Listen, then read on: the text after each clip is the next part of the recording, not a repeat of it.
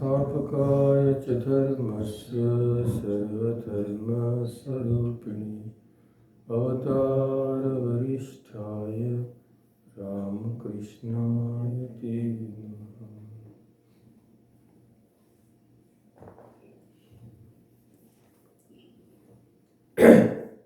तो आज चर्चा का विषय आपने देखा ही है, हमारी जीवन यात्रा के जीवन के 3 उपादान,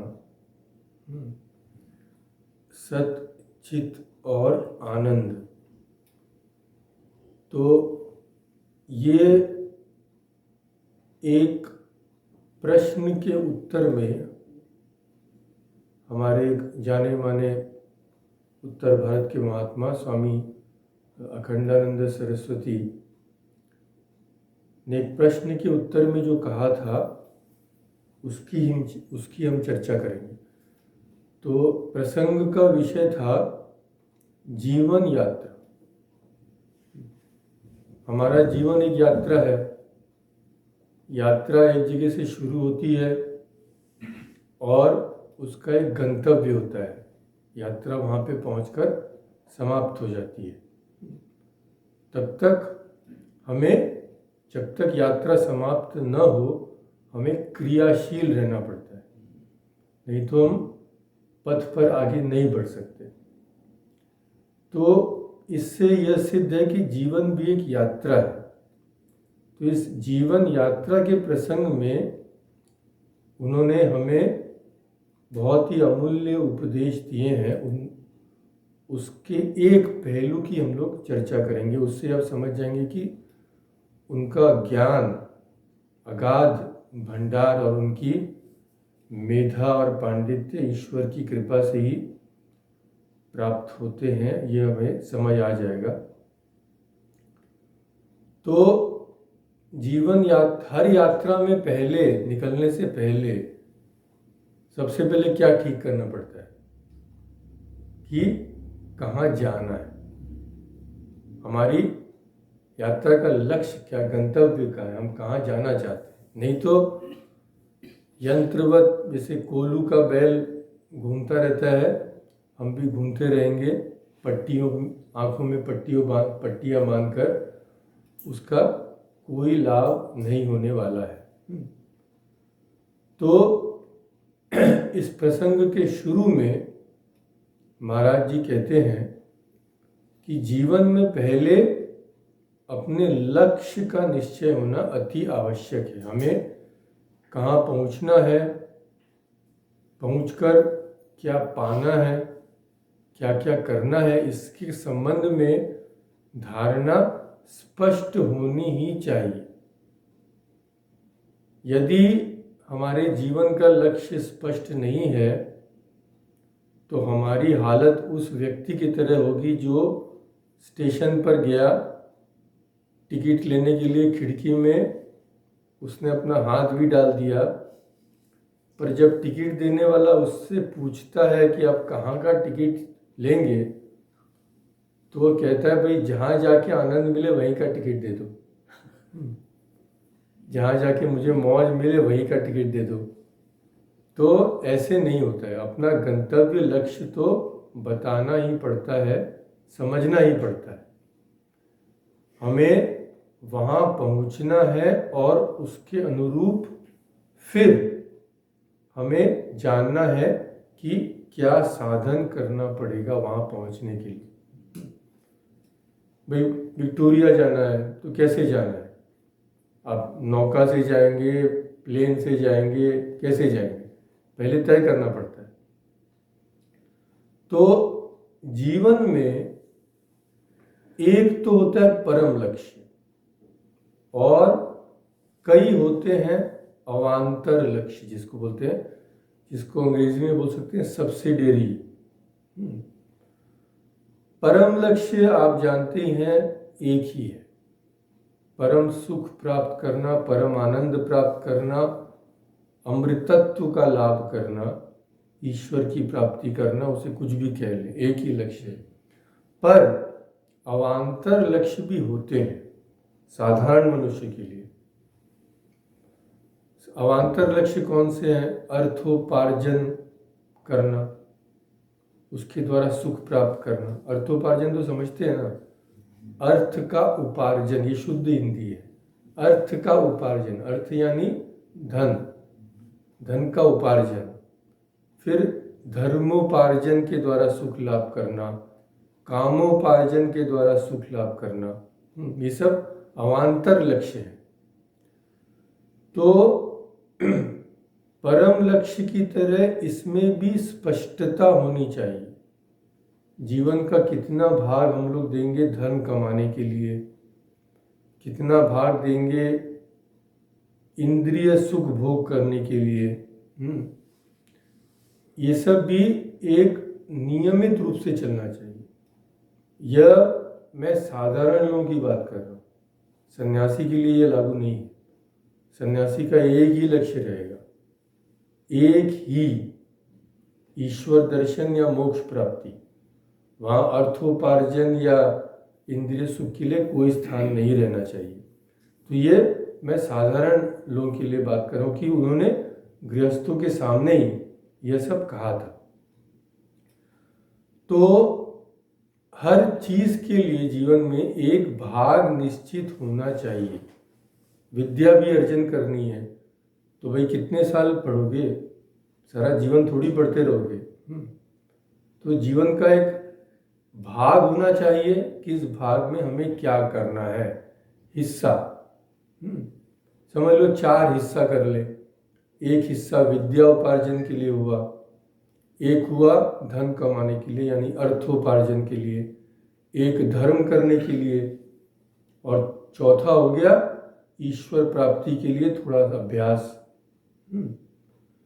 तो थोड़ा दान भी करें, थोड़ा थोड़ा पूजा भी करें, काम भी करें, अपने परिवार के प्रति कर्तव्य पालन भी करें, और जो धर्म अनुमोदित है उस तरह का काम का सुख भी प्राप्त करें। काम या माने इंद्रिय सुख।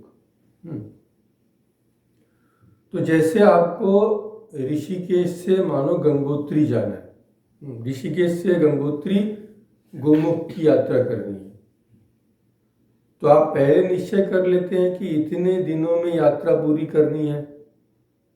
पहले दिन से मोटर से चलेंगे, टेहरी में रुकेंगे या उत्तरकाशी में रुकेंगे और गंगोत्री जाएंगे, वहाँ एक दिन रुककर गोमुख जाएंगे।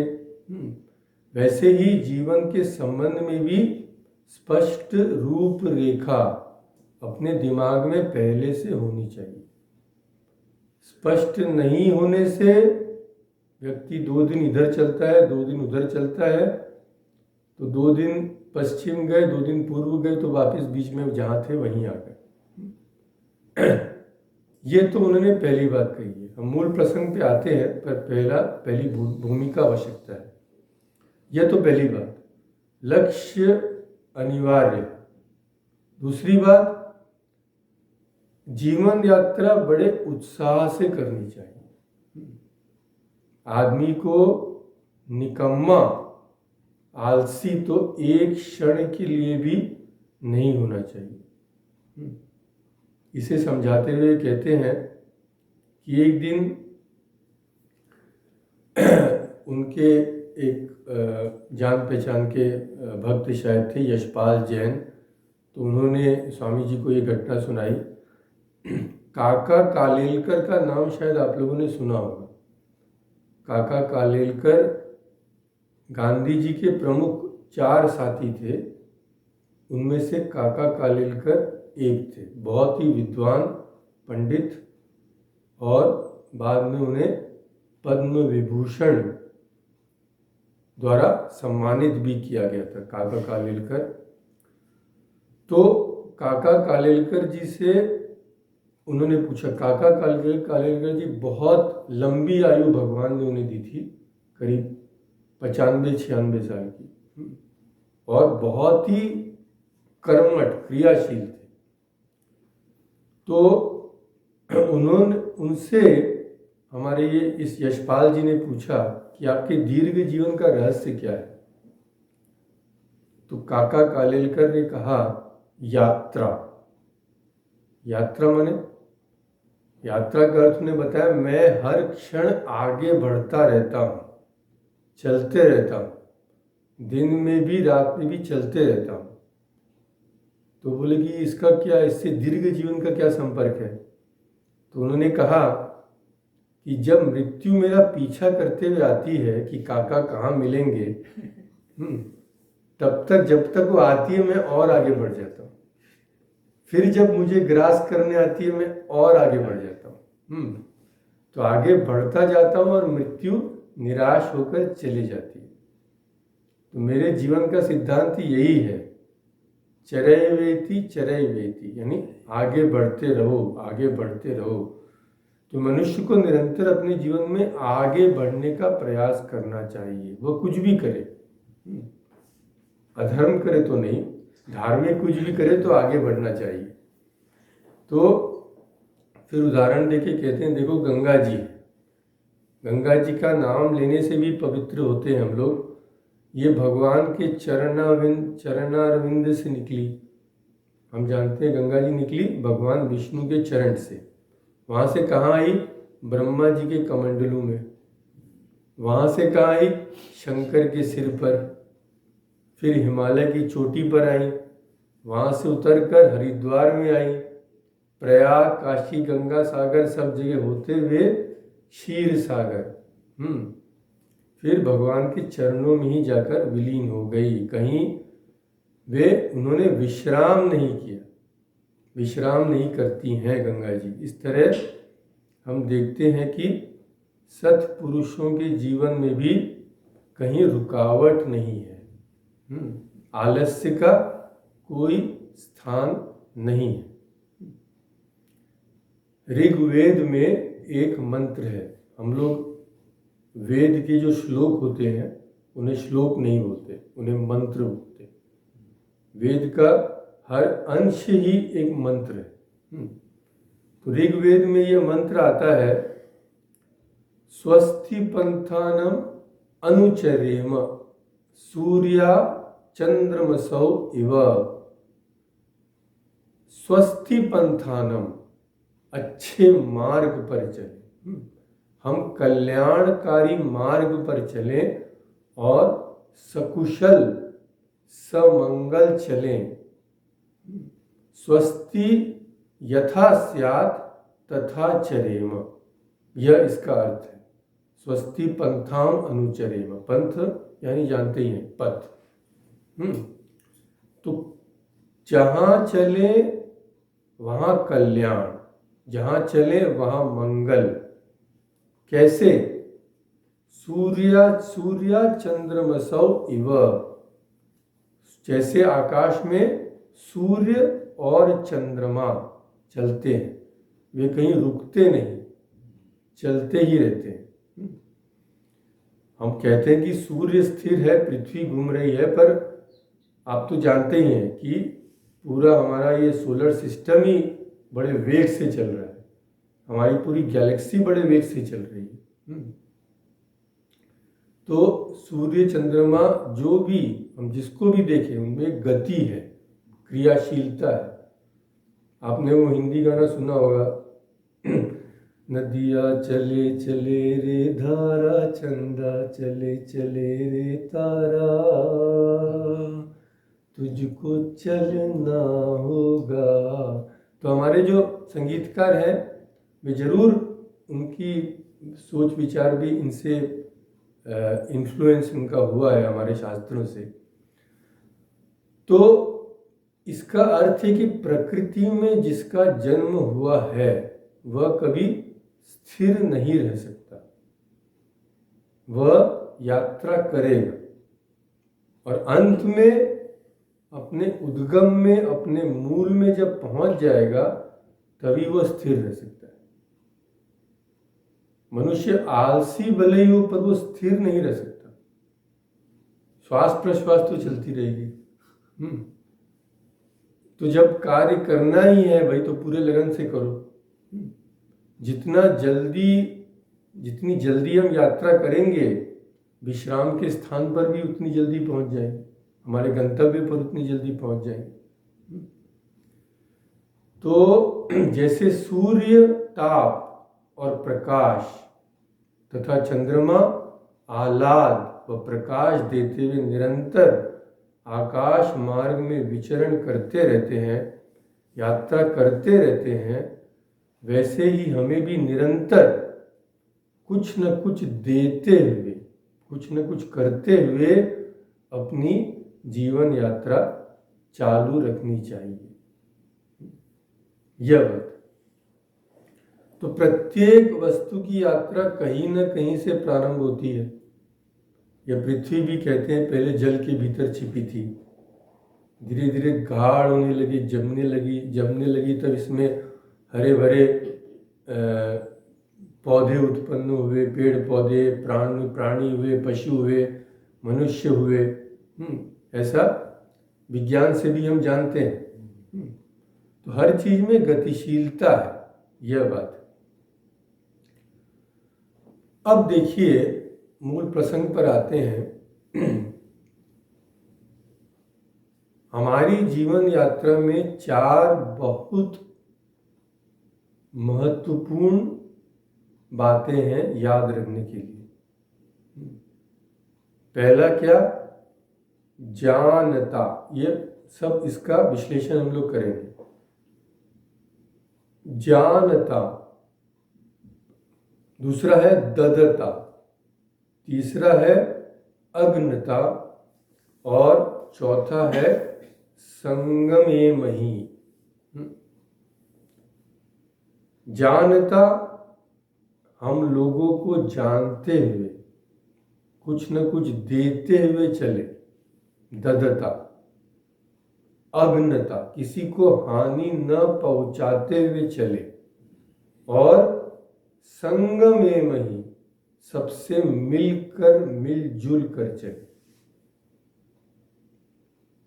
क्योंकि हम चेतन हैं, हमारा स्वभाव है जानना, हमारा स्वरूप है जानना, हमारा गुण है जानना, ज्ञान प्राप्त करना, यह हमारा धर्म है। इसीलिए हम मूर्खता को अपने अंदर स्थान न दें।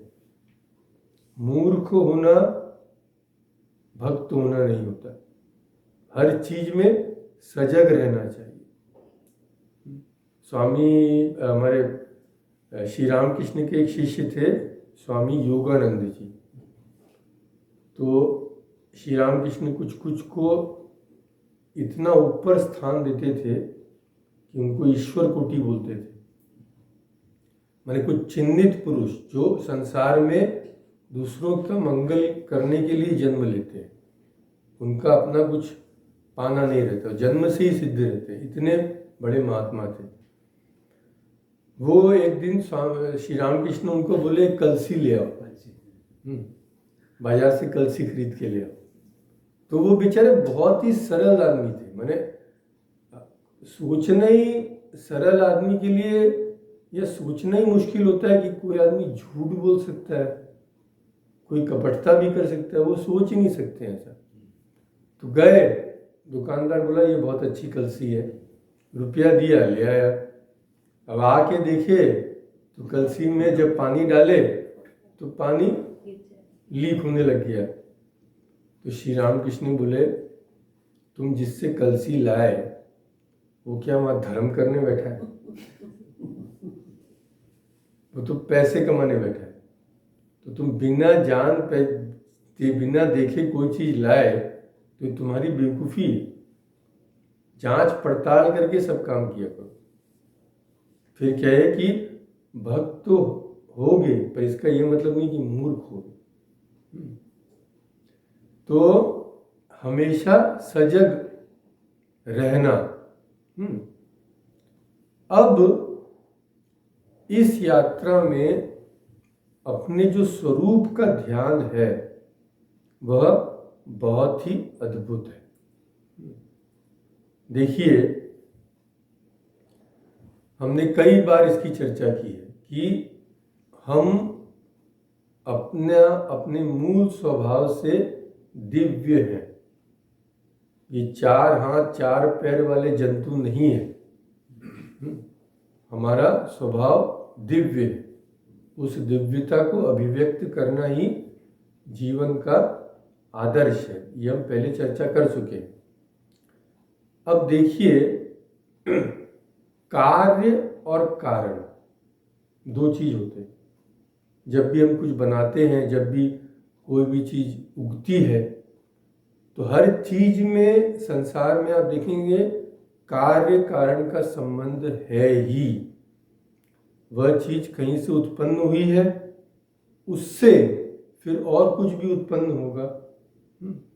हर चीज कार्य भी है, कारण भी है कि नहीं?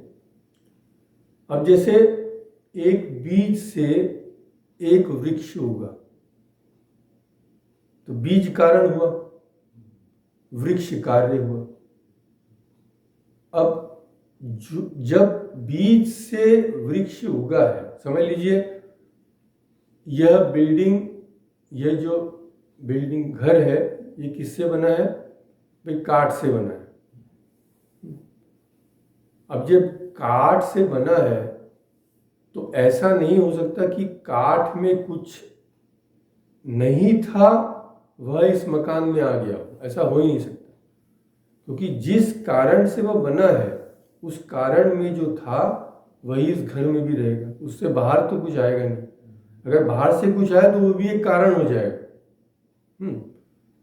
तो कार्य और कारण, कारण में जो रहेगा वही कार्य के रूप में उसकी अभिव्यक्ति होगी, है कि नहीं?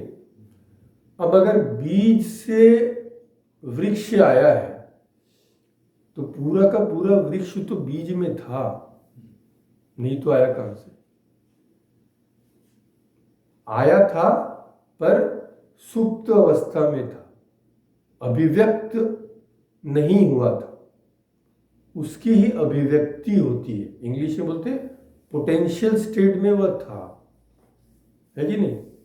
इसीलिए स्वामी विवेकानंद कहते हैं each soul is potentially divine. तुम्हारे में अंतर्निहित है वह, जैसे पूरा का पूरा वृक्ष एक बीज में है। अब देखिए, अगर हमारा स्वरूप दिव्य है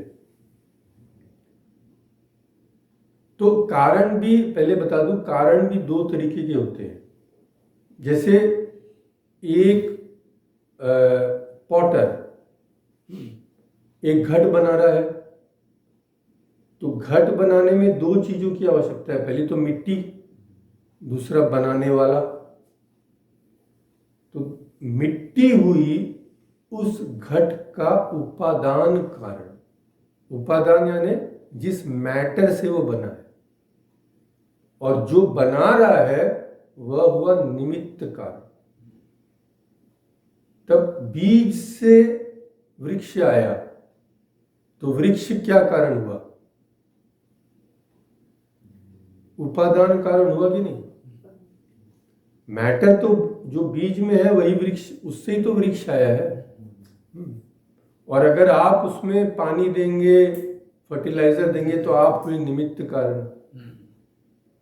तो जब बीज से वृक्ष आया तो उसका कारण हुआ उपादान कारण।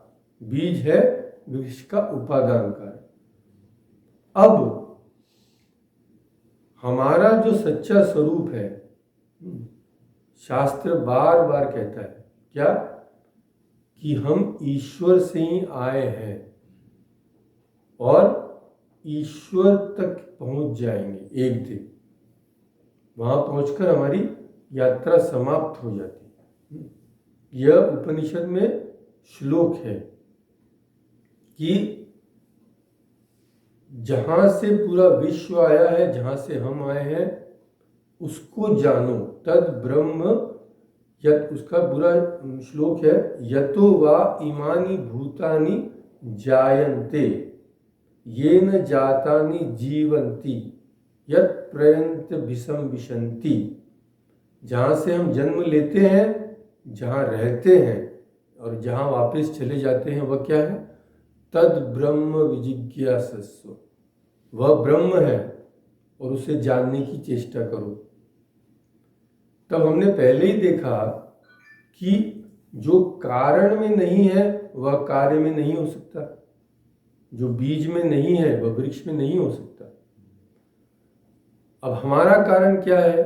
उपनिषद कहता है कि हम ब्रह्म से आए हैं, ब्रह्म ही हमारा कारण है, वही उपादान कारण है। इसका मतलब है कि ब्रह्म में जो है वही हमारा स्वरूप भी है कि नहीं? कि कार्य कारण से पृथक नहीं हो सकता। और ब्रह्म का स्वरूप हम जानते ही हैं, शास्त्र क्या कहता है, क्या है, उसे किस तरह से कहता है कि ब्रह्म सत स्वरूप है, चित स्वरूप है, आनंद स्वरूप है।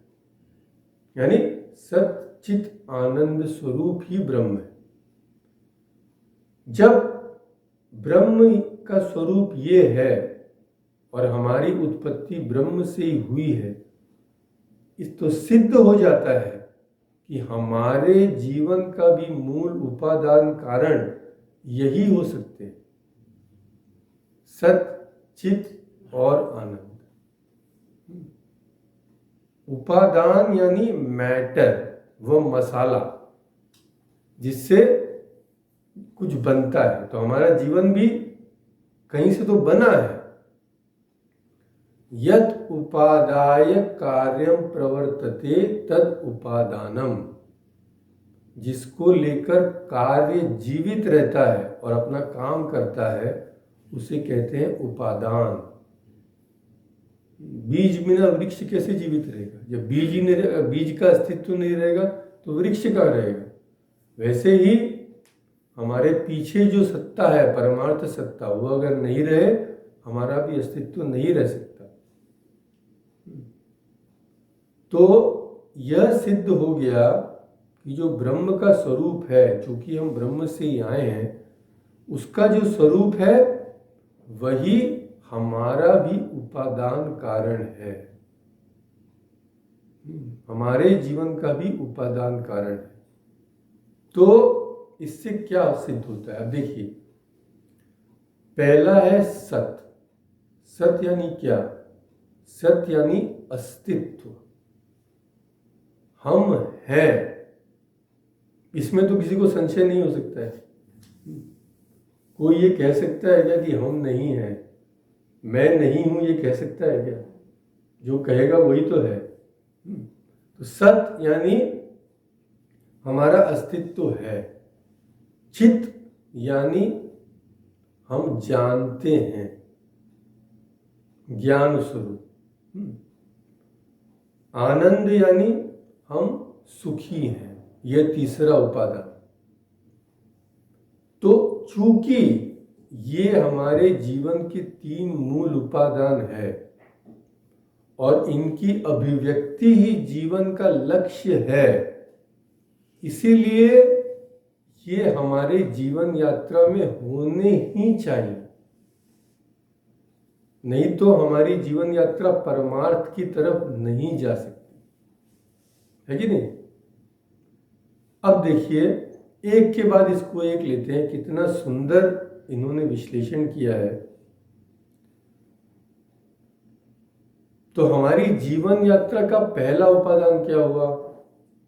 सत, हम हैं।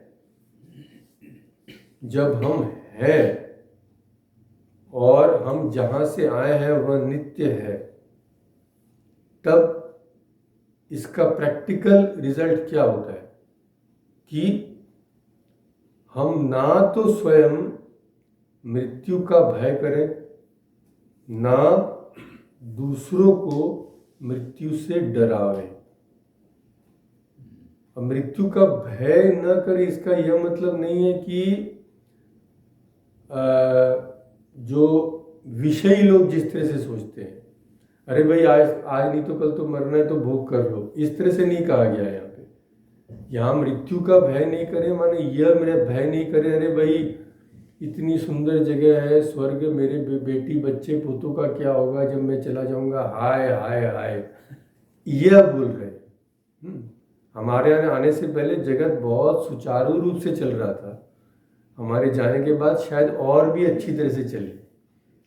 तो यहाँ मृत्यु का भय इसको बोल रहे हैं। तो ना हम मृत्यु से इस तरह से भय करें जो भय हमारी संसार आसक्ति से उपजती है। लोग भय क्यों करते हैं मृत्यु से? क्योंकि उनको संसार से इतना लगाव है, मैं और मेरा में इतने बंधे हुए हैं कि वे जाना नहीं चाहते। इस तरह का भय सर्वथा त्याज्य है। दूसरी बात, ना किसी को मृत्यु से डरावे, यानी किसी को भयभीत न करें,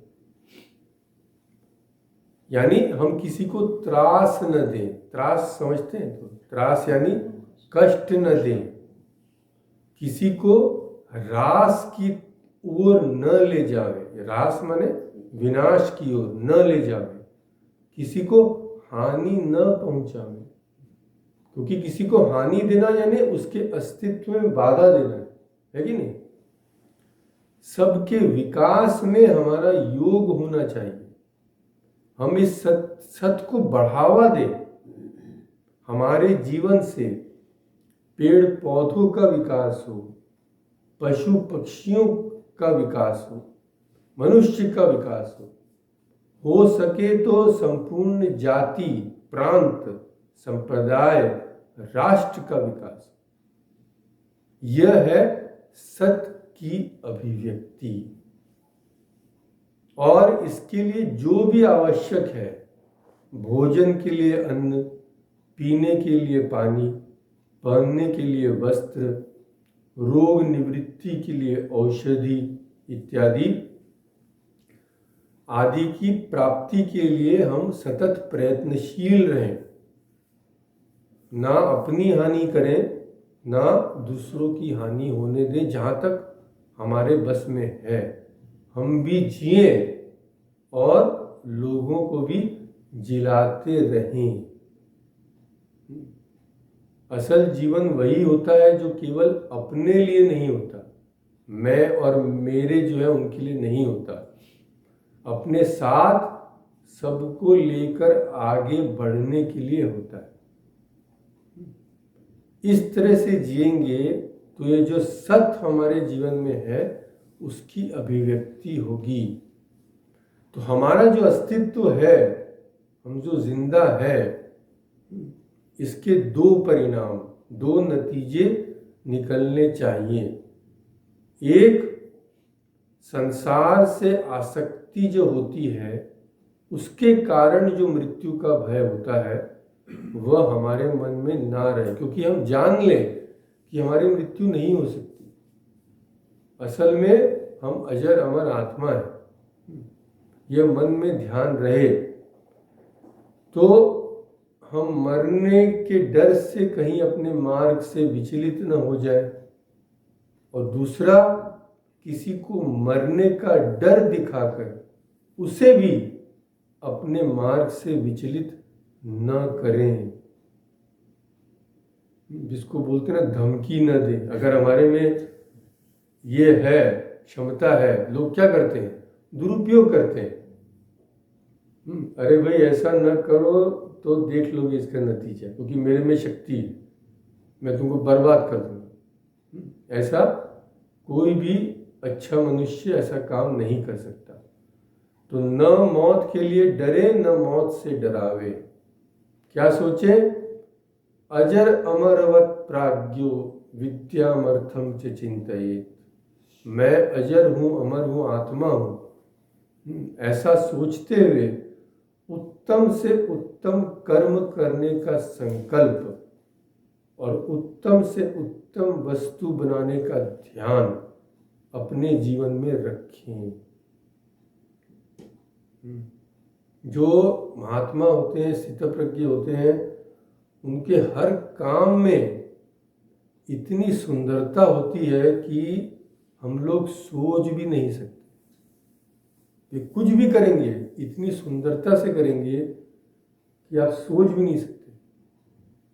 ये मैं अपने खुद के अनुभव से कह रहा हूँ। भगवान की कृपा से एक महात्मा का महात्मा की थोड़ी सेवा करने का मेरा सौभाग्य हुआ था। आप लोग तो जानते हैं रूमेटॉइड आर्थराइटिस क्या होता है। रूमेटॉइड आर्थराइटिस में प्रत्येक जॉइंट धीरे धीरे नष्ट हो जाता है। तो माने कुछ भी करना बाद में बहुत मुश्किल होता है, लिखना भी मुश्किल हो जाता है। तो रूमेटॉइड आर्थराइटिस जिसके है उससे छोटा सा छोटा काम करना भी उसके लिए धीरे धीरे मुश्किल हो जाता है। तो उन महात्मा के हाथ में रूमेटॉइड आर्थराइटिस था। अब मेरा काम था कि उनके लिए फल लाना, किचन से फल, सेब को छील के उनको देना, और भी जो फल थे उनको देना। तो एक बार वे बोले, मैं सेब छील के देता था जैसे मैं छील सकता था। एक बार वो बोले, आज मैं तुम्हारे लिए छीलता हूँ। आप विश्वास नहीं करेंगे, वो सेब उन्होंने जिस तरह छीला उसको म्यूजियम में रख देना चाहिए। और उनका हाथ चल ही नहीं रहा उस समय। सोचिए, मैं दंग रह गया देख के। तो इस तरह से होता है ये चीज उनमें भगवान की कृपा से अभ्यास करते करते वे जो भी करते हैं भगवान की सेवा के लिए करते हैं, तो हर कार्य उनका उत्तम होता है। और हमारा भी यही संकल्प होना चाहिए। तो जितने उत्तम निर्माण का संकल्प हमारे जीवन में होगा उतनी ही जीवन यात्रा भी सफल होगी। कोई कुछ भी कर देना, कैसे भी कर देना, गार्बेज धाम से फेंक दिया उसमें ना, ऐसा नहीं होना चाहिए। उसको भी डालने का तरीका होना चाहिए। उसमें भी सुंदरता हो सकती है, हम माने या ना माने। तो ये सब सीखना पड़ता है। ये जिनका सौभाग्य हुआ है महात्माओं के पास रहने का, वे ही जानते हैं। तो इस तरह हमारे आत्मा के सत्य स्वरूप होने के 4 धर्म हुए। सत्य से 4 धर्म क्या?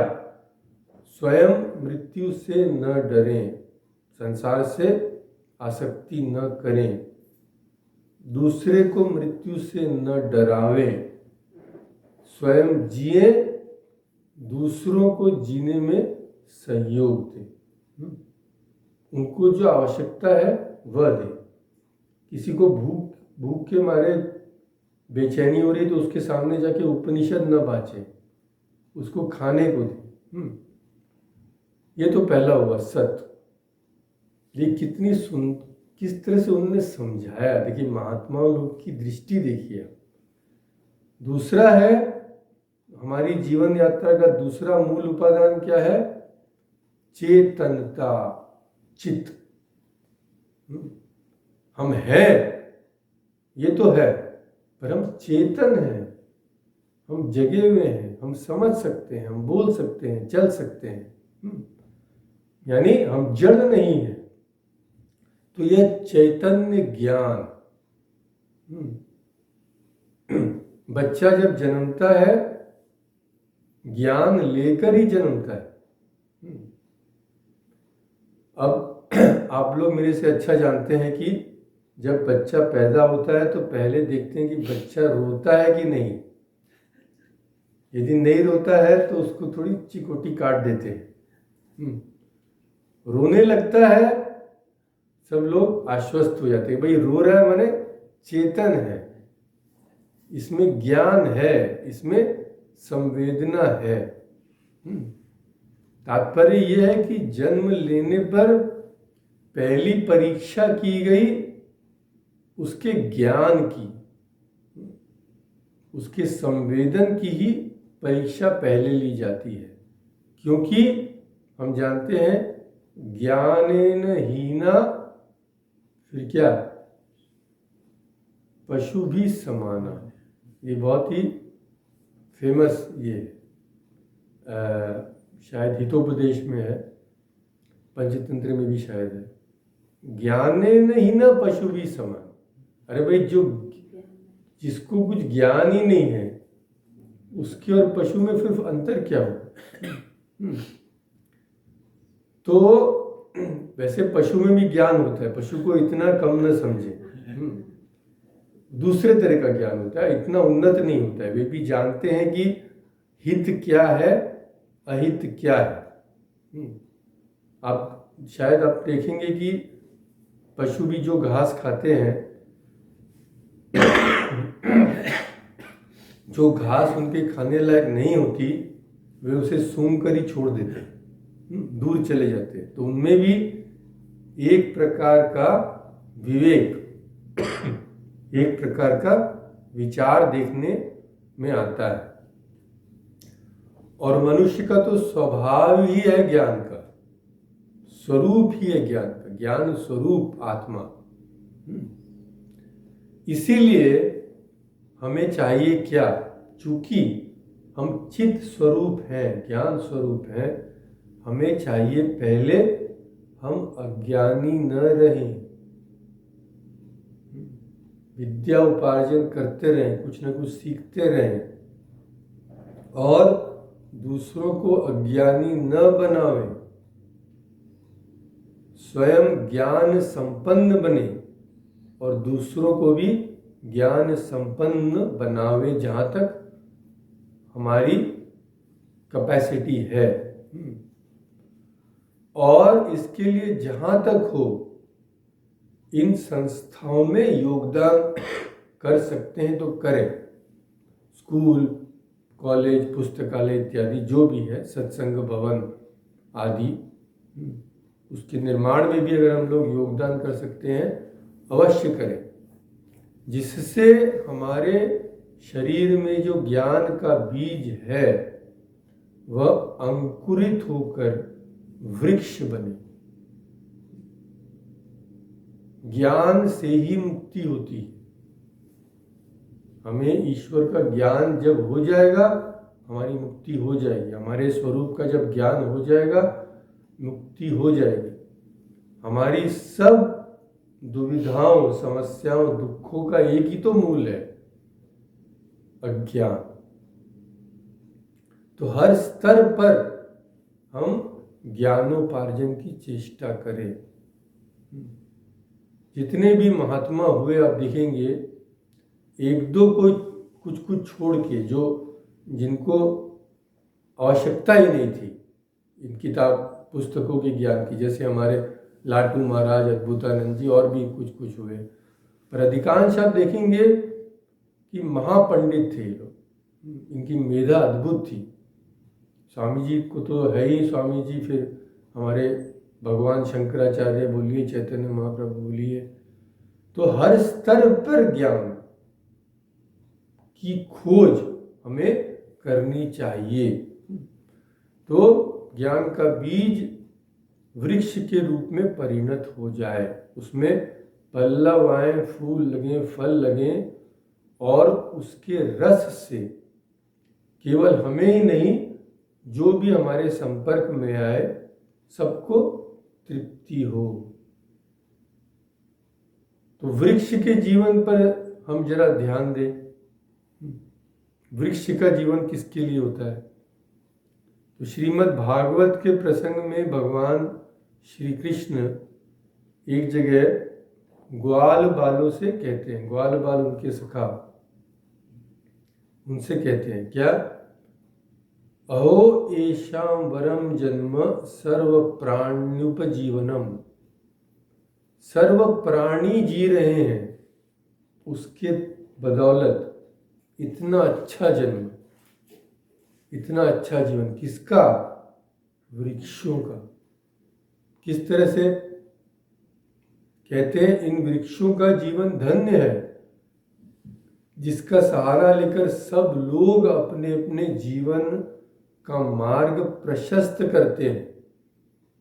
ये वृक्ष अपने अंकुरों से, अपने तनों से, अपनी डाली से, अपने पत्तों से, अपने फूलों से, अपने फल से, अपनी छाया से, यहाँ तक कि अपनी छाल से, अपनी हड्डी से, अपने कोयले से स्वयं जल कर भी ये लोगों का कल्याण ही करते हैं।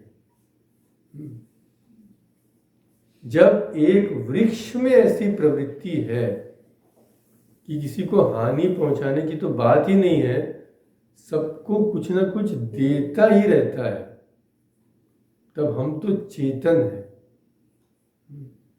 हमें भी देते ही रहना चाहिए जितना हमारा सामर्थ्य है। हम भी जीवन दान करें, ज्ञान दान करें, ज्ञान का पहले उपार्जन करें, फिर उसका दान करें। यह जीवन केवल धन कमाने और रेस्टोरेंट में पिज़्ज़ा खाने के लिए नहीं है, स्वयं केवल भोगने के लिए नहीं है। यह जीवन है अर्थ, काम और धर्म के साथ मोक्ष पाने के लिए। इसमें धन तो एक बाहर की वस्तु है। धन तो कभी तिजोरी में रहता है, कभी जेब में, कभी बैंक में, कभी कारखाने में लगा रहता है। धन क्या हमारे भीतर प्रवेश करता है? धन बाहर ही है, बाहर ही रहेगा, और आया है और जाएगा भी। अगर वो हम लोग 1000 रखें भी 1000 तरीके से, वह नहीं गया तो हम ही चले जाएंगे उसको छोड़ के। हाँ, तो ये तो बाहर की वस्तु है। पर मजे की बात देखिए, धन तो बाहर रहता है पर उसका अभिमान भीतर चला जाता है, मैं बहुत धनी हूं। तो यह बात है। तो यह धन तो रहता है बाहर, अभिमान का सुख देता है भीतर। धर्म रहता है बुद्धि में, और कर्म अनुष्ठान का सुख देता है। काम रहता है भीतर मन में और भोग का सुख देता है, और मोक्ष रहता है आत्मा में। तो एक साधारण जीवन में इन सब की अभिव्यक्ति होनी चाहिए। अर्थोपार्जन करिए, धन कमाइए, अवश्य ही कमाइए। श्री रामकृष्ण कहते हैं, पर उस धन का सदुपयोग कीजिए, अच्छे कर्मों में लगाइए, अपने जीवन में भी उसका प्रयोग कीजिए, पर इस तरह से कीजिए कि वह हमें इस सच्चित आनंद को अभिव्यक्त करने में सहायता दे। यह इस तरह हम देखते हैं कि हमारे आत्मा के चित्त स्वरूप, पहला तो सत्य हो गया, चित्त स्वरूप होने के भी 4 धर्म हुए। क्या? पहले तो अज्ञानी मत रहो, अज्ञानी दूसरों को मत बनाओ, ज्ञान संपन्न बनो, और दूसरों को ज्ञान प्राप्त होए, इसमें भी जहां तक हो सके अपना योगदान करो। तो सत और चित यह हो गए। अब तीसरा है हमारी जीवन यात्रा का तीसरा उपादान, आनंद। हमारा स्वरूप ही है आनंद, हमारा स्वरूप ही है सुख। ये तो बीच में हम खुद ही, इस सुख में हम खुद ही रुकावटें डाल रहे हैं। हम चाहते हैं आनंद में रहना, पर आनंद में हम न रहें इसका भी हम पूरा प्रयास करते हैं। ये बड़ी विडंबना है।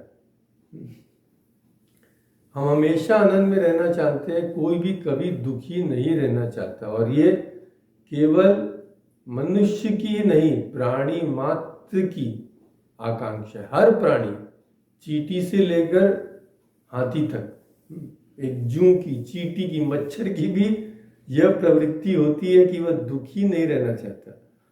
अब मच्छर को भी ऐसे मारने जाए वो उड़ जाए। हाँ, तो सुखम में भूयात, दुखम में मां भूत। मां यानी संस्कृत में नहीं, मां में चंद्रबिंदु नहीं रहती है। संस्कृत में मां, म आराम माने नहीं।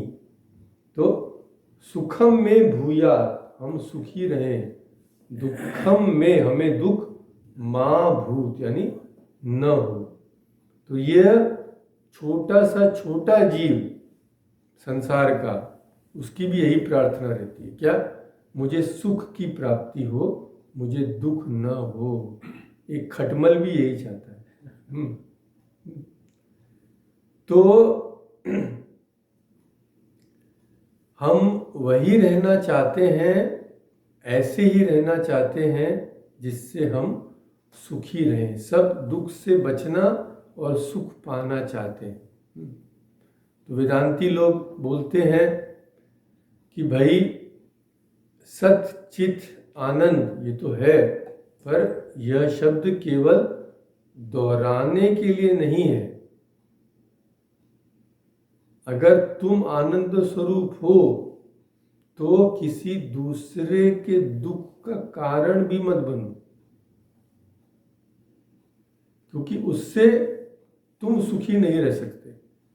यदि हम किसी दूसरे के जीवन में दुख पैदा करने की कोशिश करेंगे तो वह दुख हमारे पास अवश्य लौट कर आएगा। इसीलिए व्यवहार में मनुष्य की सबसे बड़ी बुद्धिमत्ता यही है कि जानबूझकर कम से कम दूसरों को दुख पहुंचाने से बचें। क्योंकि बार बार स्वामी जी भी एक ही बात बोले हैं, जिसको तुम दूसरा समझ रहे हो असल में वो दूसरा है नहीं। उसके शरीर की मिट्टी तुम्हारी शरीर की मिट्टी तो एक ही है। जब जल के दोनों एक हो जाएंगे तो क्या फर्क, कौन तुम थे, कौन कौन वो था। उसके शरीर का पानी तुम्हारे शरीर का पानी, एक ही पानी, एक ही जल है संसार में। उसके शरीर की गर्मी और तुम्हारे शरीर की गर्मी भी एक है। उसके शरीर का आकाश तुम्हारे शरीर का आकाश एक है। उसके शरीर का परमात्मा तुम्हारे शरीर का परमात्मा भी एक है। उसकी सांस अलग तुम्हारी सांस अलग मालूम होते हैं, पर वायु सब में एक है। तो कितनी एकता है। ऐसी स्थिति में यदि हम किसी को दुख पहुंचाने का प्रयास करें तो वह दुख हमें हमारे पास लौटकर जरूर आएगा। इसीलिए आनंद स्वरूप हम हैं। उस आनंद की यदि अभिव्यक्ति करना चाहते हैं तो हम तो आनंद में रहें और ऐसा प्रयास करें कि दूसरे भी आनंद में रहें। यह बात। इसकी एक और दूसरी बात भी ये बताते हैं कि इसकी एक दूसरी बात यह भी है कि दुख अपने विषय को तो कभी लगता है, कभी नहीं लगता है। देखिए, विषय और विषयी इनको समझना पड़ेगा। मैं इस माउस को जानता हूं तो यह मेरे ज्ञान का विषय है कि नहीं? इसे विषय कहते हैं। तो अगर मैं किसी को दुख दिया तो वह मेरे दुख का विषय बन गया। तो दुख अपने विषय को तो कभी लगता है, यानी किसी को दुख दिए तो उसको शायद दुख लगे न भी लगे। आप चेष्टा तो किए दुख देने की, समझ लो, उसको हो सकता है कि दुख लगे नहीं लगे, पर जो देने वाला है, जो आश्रय है, उसको तो लगेगा ही।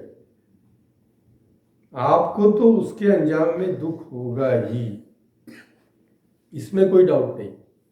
उसकी आप हानि चेष्टा करेंगे, हानि कर भी सकते हैं, नहीं भी कर सकते हैं, पर आप अपनी हानि तो कर लिए। तो यह जो समझते हैं कि हम दूसरों को दुखी कर देंगे, यह बिल्कुल गलत है। क्योंकि दुख पहले अपने पर डालते हैं। कहीं कि दुख देंगे भी तो वो प्रतिध्वनि हमारे पास तो आएगी ही। इसका सीधा मतलब ये है कि दूसरों को दुख देने वाला स्वयं कभी सुखी नहीं रह सकता, असंभव। ये जो हम लोग सोचते हैं कि जो बड़े बड़े लीडर हैं, जो छल कपट झूठ करके सुखी हैं, अगर उनके हृदय में हम लोग झांक कर देखें, समझेगा कितनी अशांति है। एक मिनट भी वो स्थिर नहीं बैठ सकते। तो इसीलिए यदि हम चाहते हैं कि हमारे जीवन में कभी दुख न आवे, सुख हो, तो हम दूसरों को दुखी न करें, स्वयं भी दुखी न हो, स्वयं सुखी रहे, दूसरों को भी सुखी करें। इस तरह हमारी आत्मा के आनंद स्वरूप होने के भी 4 धर्म निकले, 4 नतीजे निकले। क्या? दूसरों को दुखी न करें, स्वयं दुखी न हो, यानी संसार। देखिए, हम दुखी कब हो सकते हैं? हम अगर, हमारा स्वरूप अगर आनंद स्वरूप है, तो हम दुखी कब हो सकते हैं? तभी हो जल, देखिए जल स्वच्छ है, तो जल अशुद्ध कब होगा? जब बाहर से उसमें कुछ आएगा, तभी तो अशुद्ध होगा ना। तो अगर हमारा स्वरूप ही आनंद है, तब हम दुखी कब होंगे? जब हमारे स्वरूप में कुछ मिलावट हम लोग करने देंगे, होने देंगे, है कि नहीं? हमारा स्वरूप शुद्ध है, पर हम उसमें मिलावट घुसा लेते हैं। क्या घुसा लिए? शरीर को घुसा लिए, मन को घुसा लिए, शरीर के बाद और भी नाते रिश्तेदार जो भी है सबको घुसा लिए, उसमें धन की आसक्ति घुसा लिए, नाम यश की कामना घुसा लिए, इंद्रिय सुख की लालसा घुसा लिए। ये सब चीज बाहर की जो अपवित्र चीजें हैं, इसको घुसा लिए। अब हम लोग बोल रहे हैं हम बहुत दुखी हैं। अरे भाई, दुख तो तुमने सृष्टि की है, तुम्हारा स्वरूप तो शुद्ध आनंद है। तो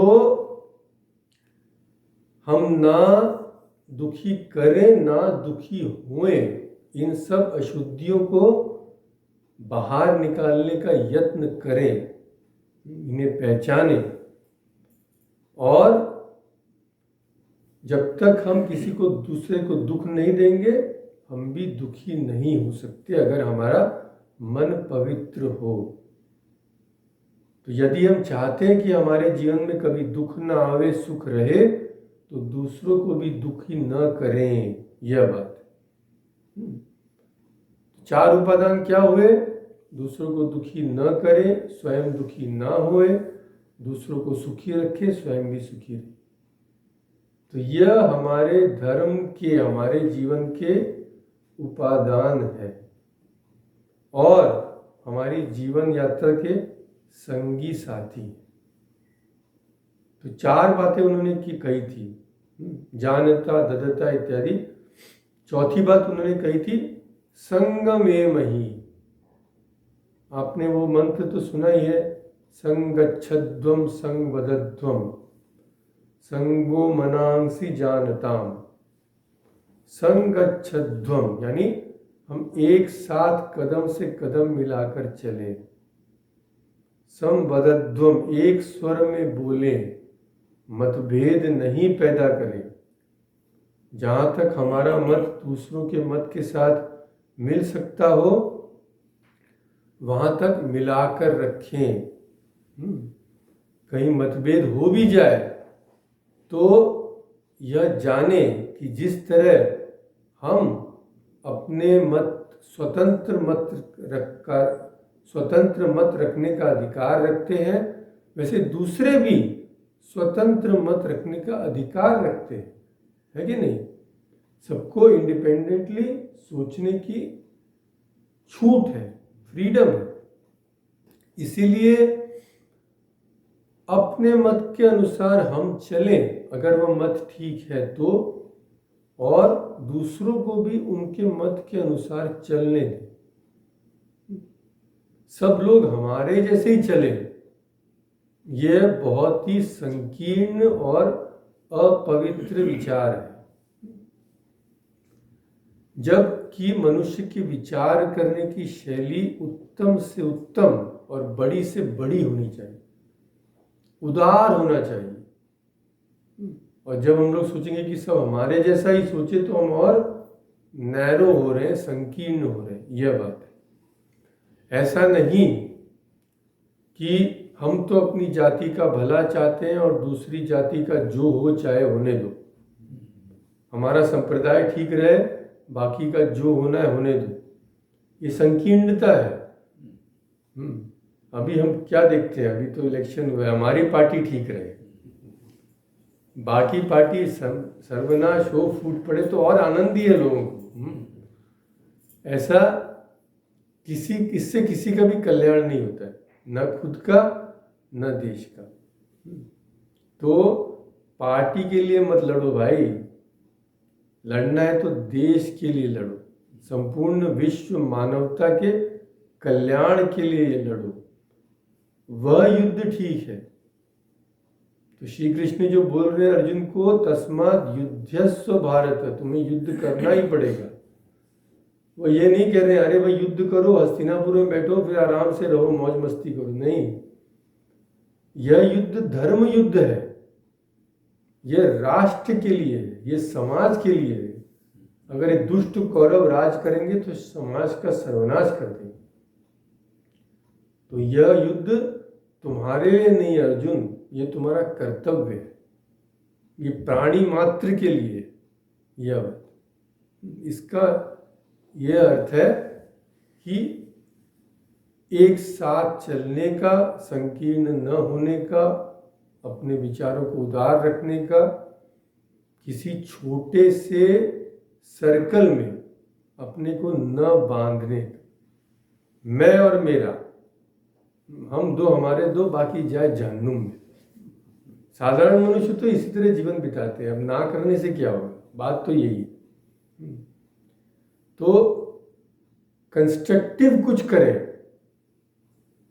अगर नहीं कर सकते हैं तो विक्षेपों से दूर रहें। पर बैठ गया घंटे भर टीवी के सामने, ये हो रहा है महाराज, वो हो रहा है, कितना मन दुखी हो गया। अरे भाई, उसका तुम अगर कुछ कर सकते हो तो करो। दुखी मन तो तुम करे हो अपना, मैं तो नहीं किया हूं। तो उसका तुम कुछ कर सकते हो तो करो, निदान सेवा कर सकते हो तो करो। जब कुछ कर ही नहीं सकते हो तो मन को दुखी क्यों कर रहे हो? तो मन को आनंद में रखो, ईश्वर की चिंता करो। तो ये सब बहुत सी समझने की बात है, ये तो हमें ज्ञानी जन हमें बताते हैं। तो कितना सुंदर विश्लेषण, मुझे तो बहुत ही अच्छा लगा, इसीलिए मैंने सोचा कि आप लोगों के सामने रखूं। क्योंकि सच्चित आनंद तो है, हमारा स्वरूप है, पर उस सच्चित आनंद का हमारे जीवन में हर स्तर पे किस तरह प्रकाश करना चाहिए, और ये हर व्यक्ति के लिए लागू है। देखिए, इसमें सन्यासी, गृहस्थ, ब्रह्मचारी ऐसा कुछ भी नहीं, हर व्यक्ति इसका पालन कर सकता है। इसका पालन हमें करना ही चाहिए। और भी कई बातें हैं इस जीवन यात्रा के संबंध में, भगवान की इच्छा हो तो हम धीरे धीरे देखेंगे। तो आज यही समाप्त करते हैं। ओम शांति शांति शांति। हरि ओम तत्सत्। श्री राम कृष्ण अर्पणमस्तु। जो भी मैंने कहा, प्राय प्रत्येक शब्द ही परम पूजनीय स्वामी अखंडानंद सरस्वती के उपदेशों से ली गई है। मैंने केवल थोड़ी कहीं कहीं टिप्पणी दी समझाने के लिए, और कुछ नहीं।